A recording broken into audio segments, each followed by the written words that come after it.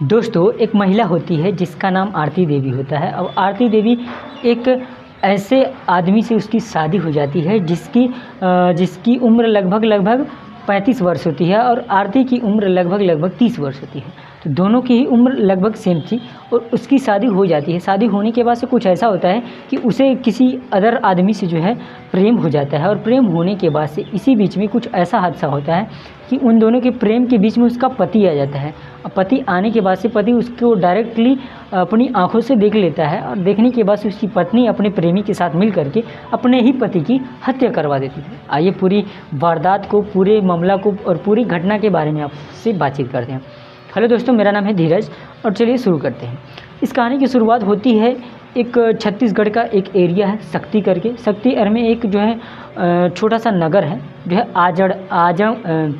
अजानद नगर करके एक एरिया है जहाँ पे उसकी शादी हुई है। शक्ति के मतलब शक्ति जिला है, ठीक है गाइस, मैं तुम्हें बता छत्तीसगढ़ का एक शक्ति जिला है, ठीक है। अब उस शक्ति में क्या होता शक्ति में मतलब वही शक्ति एक जिला है जहाँ पे सदामठ नगर करके एक जो है एरिया है। उसमें उस महिला की शादी एक लड़के से होती है जिसका नाम होता है रामदास और उस महिला का नाम होता है आरती देवी, ठीक है। दोनों की शादी हो जाती है। धीरे धीरे उनकी शादी के तकरीबन 3-4 साल बीत जाते हैं। 3-4 साल के बीच में उसका जो पति होता है वो काम करता है, ज़्यादा टाइम घर पे नहीं रहता है। उसको ज़्यादा टाइम भी देता है, मतलब उतना ज़्यादा टाइम नहीं दे पाता है। लेकिन वो महिला ज़्यादा खाली रहती थी और पड़ोस में जिस कॉलोनी में वो रहती थी उसी के पड़ोस में एक और लड़का रहता था जिसकी उम्र लगभग 30 वर्ष थी, मतलब कि सेम ही एज के थे। उसकी शादी नहीं हुई थी लेकिन धीरे धीरे इस महिला को यानी कि आरती देवी को उससे प्रेम हो जाता है और वह आदमी काम करके आता है। उसके बाद से फिर खाना वगैरह खाता है, फिर सो जाता है। धीरे धीरे मामला बढ़ता गया। इसी तरह से जो है रेगुलरली चलते रहा मामला चलते रहा, लेकिन किसी को समझ नहीं आता था। अब यह इन दोनों का प्रेम इतना बढ़ गया, आरती का और उस लड़के का प्रेम इतना ज़्यादा बढ़ गया कि वो दोनों शारीरिक संबंध पर आ चुके थे। और वह जब उसका पति नहीं होता था घर पे, वो काम पर चला जाता था, तब अपने घर पर ही वो उस लड़के को बुलाती थी और उसके साथ जोरदार तरीके से संबंध बनाया करती थी, शारीरिक संबंध बनाया करती थी।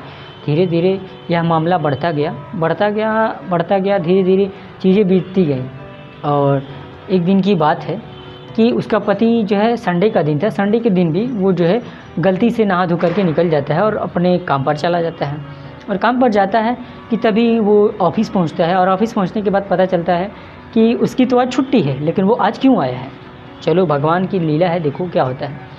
अब ऑफ़िस से जब वापस आता है और दरवाजे पर जब बेल बजाता है तो घंटी कोई खोलने वाला नहीं होता है, लेकिन जैसे ही वो खोलती है तो शीशे में नज़र आता है वो पूरी की पूरी नग्न अवस्था में होती है। और वो दरवाज़ा खोल करके अंदर घुसता है और खिड़की के रास्ते जो हालात देखता है, पूरी की पूरी उसकी आँखें चौंधिया जाती हैं।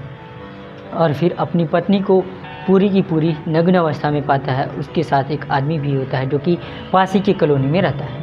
अब यह सब देख करके उसका पति उस पर इतना ज़्यादा गुस्सा करने लगता है, मारने लगता है, प्रताड़ने लगता है। मार तो नहीं सकता है लेकिन उसको डराने धमकाने लगता है कि क्या तुम इसीलिए शादी की हो, ऐसा वैसा सारी चीज़ें, कि उसके घर वालों को भी बताऊंगा। सारी मामला को उसको समझाता है लेकिन उसे समझ में नहीं आता है। फिर भी वो एक बार तो माफ़ कर देता है लेकिन दूसरी बार फिर से वो पकड़ी जाती है और उस बार वो नहीं माफ़ करता है। लेकिन वो महिला मिल करके अपने प्रेमी के साथ ही अपने ही पति की हत्या करवा देती है और हत्या करवा करके उसी लाश को नदी में फेंकवा देती है। अब नदी में फेंकवाने के बाद से वो दोनों वहाँ से घर छोड़ करके फ़रार हो जाते हैं, जबकि किसी को पता भी नहीं चला था। अभी 3-4 साल ही हुए थे शादी के। उनके छोटे छोटे बच्चे भी थे लेकिन उसको किसी और से मोहब्बत हो गई थी और अपने बच्चों का मुँह नहीं दिखी और छोड़ करके फ़रार हो जाती है अपने प्रेमी के साथ। फ़रार हो जाती है। घर के लोग जो है जब पता चलता है, उनके और भी घर वाले थे, माता पिता थे उस लड़के के, जब पता चलता है कि आखिर इसकी लाश गिरी है और उसकी पत्नी नहीं है और उसी के साथ मोहल्ले में भी एक आदमी नहीं है। अब यह सब सुन करके लोगों के मन में काफ़ी सारी भावनाएं आती हैं, काफ़ी सारी चीज़ें होती है, लोगों में काफ़ी सारी बातें होने लगती हैं। फिर भी पुलिस को फ़ोन होता है और पुलिस जो है पोस्टमार्टम करती है और जो है लाश जो है मिलती तो नहीं है लेकिन गायब कहाँ हो जाती है।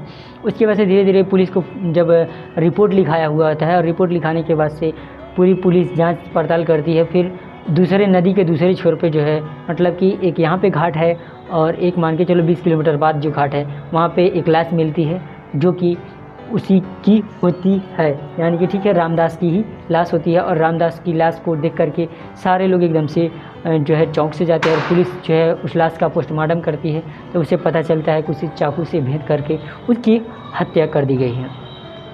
अब जब उस लाश की पोस्टमार्टम होती है तो पता चलता है कि जो है इसकी कोई और हत्यारा नहीं बल्कि इसके घर के लोग ही हैं।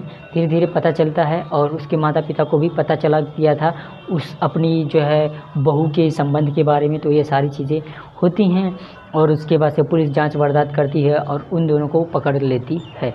लेकिन पहले तो बहुत ही मशक्क़त से उन दोनों को पकड़ती है। जब पकड़ती है तो वो दोनों जो सच बताते हैं यह सुन करके आप लोगों के पैरों तले से ज़मीन खिसक जाएगी। वो बोलती है कि मुझे इससे मोहब्बत हो गई है और मैं इनसे प्यार करती हूँ जिस वजह से ये हम दोनों को देख लेते थे शारीरिक संबंध बनाते हुए और हर बारी हम पर गुस्सा करते थे और डांटते थे। तो इस वजह से हमने इनको हमारे रास्ते का ये कांटा बन रहे थे जिससे हमने इनको हमेशा हमेशा के लिए ख़त्म कर दिया। लेकिन पुलिस उनके गुनाहों को कबूल करवाती है और उन्हें जेल में डाल देती है दोनों को। तो इसमें कौन सही है कौन गलत है ये तो मुझे भी नहीं पता है गाइज़। और हमारा इस वीडियो को बनाने का सिर्फ इतना ही मकसद है कि आप लोग जागरूक हो सकें, जो है इस तरह की घटनाएं हो रही हैं ताकि ना हो, ठीक है। तो बस आज के लिए इतना ही। आई होप कि तुम्हें पसंद आई होगी वीडियो, चाहे आप जो भी देख रहे हो ज़्यादा से ज़्यादा शेयर करो ताकि इस तरह की घटनाएं ना हो। बस आज के लिए नहीं। जय हिंद, वंदे मातरम, bye bye, take care, love you all.